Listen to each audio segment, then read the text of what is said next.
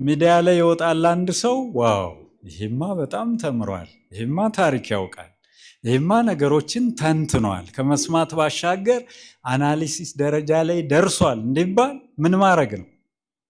መተቸት፣ መሳደብ፣ ማንቋሸሽ ወዘተ። ለዚህ ነው እሱ ባለው በለጠ አንብባችሁ ከሆነ ማንበብ የሚኖርባችሁ መጽሐፍ ነው ዘመኑን ለመረዳት። ፕሮቴስታንታዊ ጂሃድ በኢትዮጵያዊነት ተዋህዶነት ላይ ሲፋፋም ይላል ርዕሱ ራሱ ሲያስፈራ። ፕሮቴስታንታዊ ምን ጂሃድ የማን ነው? ፕሮቴስታንታዊ ጂሃድ በኢትዮጵያዊነት ተዋህዶነት ላይ ሲፋፋም ነው። የሞተበት ምክንያት ይሄ መጽሐፍ ነው። ለእናንተ መነግራችሁ ልብ የምትሉት ጉዳይ ህይወቱን የሰጠለት ጉዳይ ይሄን ምስጢር ማጋለጥ ነው። ወስደውት እኮ ነበር። ምስጢር አይቶ ወጥቶ እኮ ነው ይሄን መጽሐፍ የጻፈው፣ ውስጥ ገብቶ አይቶ። ያ ሲጋለጥ ምን እንደደረሰበት ጠቆምኳችሁ። በአጸደ ገነት ያሳርፍልን። ምን አለ? ሁሉም የቅድስት ኢትዮጵያን ተዋህዶ ሃይማኖት በምንነት ይከሳሉ?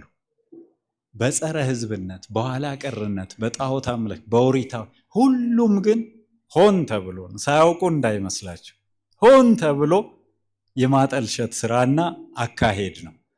አሁንማ አለ የልብ አግኝተዋልና በምን ይከሷታል?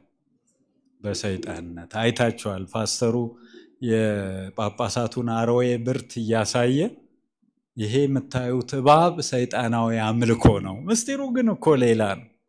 ሙሴ የሰቀለው አርዌ ብርት ነው አይደል? ሙሴ ይሄን እንደሰቀለ ጌታችን ለኛ የተሰቀለና ያዳንን መሆኑን በምልክትነት ያንን ለማገናኘት ምስጢራዊ ውክልና ይዞ የተቀመጠውን በዛ ልክ ገና ቀደም ባሉትና አውሮፓ መር እይታ በነበራቸው ምሁራን የኢትዮጵያ ቤተክርስቲያን እንደ መሰናክልና ማነቆ ተደርጋ በስፋት በመፈረጇ ይላል። ኢትዮጵያ ላይ ያሰቡትን ሁሉ እንዳይፈጽሙ እንቅፋት የሆነችባቸው ማናት?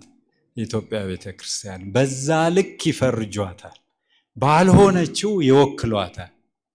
በዘመናዊ ኢትዮጵያ ትምህርት ሞተርነት ልብ በሉ የሚጠቀሙት መሳሪያ ምንድነው? የዘመናዊ ትምህርትን ነው እንደ መሳሪያ። በዘመናዊ ትምህርት ሞተርነት የእምነት የባህል ትምህርት ቤቶች መዳከማቸው ትውልዱ ከሀገራዊ ማንነት ባዕድ እንዲሆን እያደረገው መጥተዋል። ብዙ ነው። መጽሐፉን ጠቁም ያለው አንብቡት በሰፊው። ቀደም ሲል ያነሳሁት የፈንታውን ዋቄ ስዝም ሰብአዊነት ሴኩላር ሁማኒዝም ማለት ነው። ቤተክርስቲያን የዘመኑን ሁኔታ የትውልዱን ፈተናና ጥያቄ የሚመጥን የትምህርት ይዘትና የንብረት የገንዘብ የሰው አያያዝና አስተዳደር የስብከተ ወንጌልና ሐዋርያዊ አገልግሎት አቀራረብ ላይ እንዳትሰራ ደግሞ ምን አርገዋታል? ስራ ያስፈልጋል እንዳትሰራም አርገዋታል። ደግሞ ይተቿታል፣ በኋላ ቀርነት ይከሷታል።